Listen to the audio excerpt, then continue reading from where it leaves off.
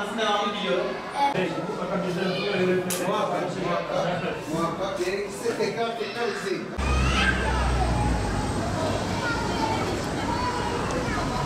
Bu eğitimi saklamanı istiyorum. Çünkü yıllar sonra dönüp baktığımda okul hayatının nasıl başladığını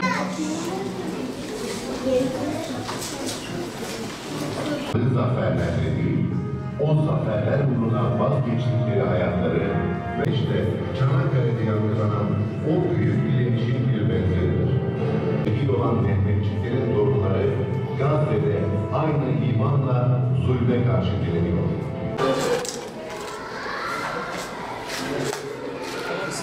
Bugün 2024-25 eğitim öğretim yılının ilk dersi Çanakkale'den Gazze'ye vatan sevgisi.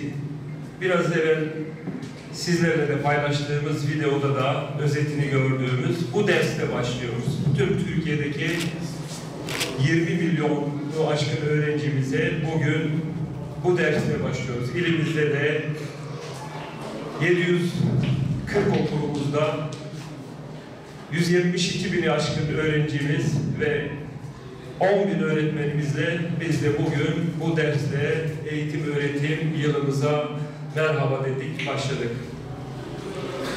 Sayın Valim, eğitim öğretim süreci hayat boyu devam eden bir süreç olduğu malumlarınız.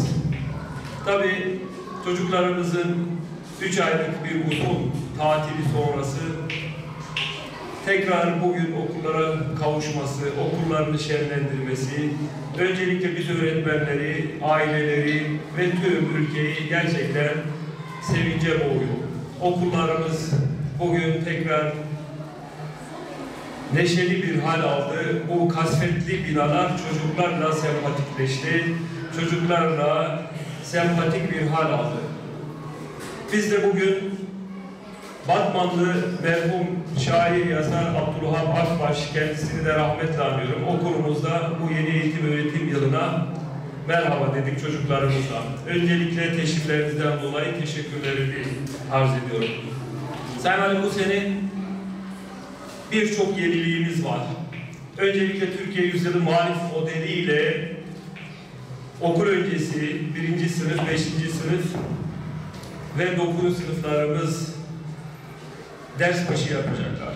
Yani bu saydığım sınıflarda Türkiye Yüzyılı Marif modelini uygulayacağız. Haziran ayında kamuoyuyla paylaşılan ve Talim Terbiye Kurulunca onaylanıp yürürlüğe giren Türkiye Yüzyılı Marif modeli bu sene hazırlık sınıfı olan okullarımızda okul öncesi öğrencilerimizin olduğu sınıflarda ve 1 ve 5 ve 9, 1, 5 ve 9. sınıflarda bu modeli uyguluyoruz. Bununla ilgili öğretmenlerimizin eğitimlerini tamamladık. Yazın formatör olarak bakanlığımıza yetiştirilen öğretmen arkadaşlarımız 2-6 Eylül tarihleri arasında, yani geçen hafta öğretmenlerimize bu modelle ilgili, Türkiye Yüzyılı Marif modeliyle ilgili bilgilendirmelerde bulundular. Ve tüm öğretmenlerimiz inşallah Kasım ayındaki ara tatilde bu modelle ilgili eğitimlerini tamamlayacaklar. Ancak Türkiye genelinde okul öncesi 1, 5 ve 9 sınıfı okutan tüm öğretmenlere bu eğitimler verildi.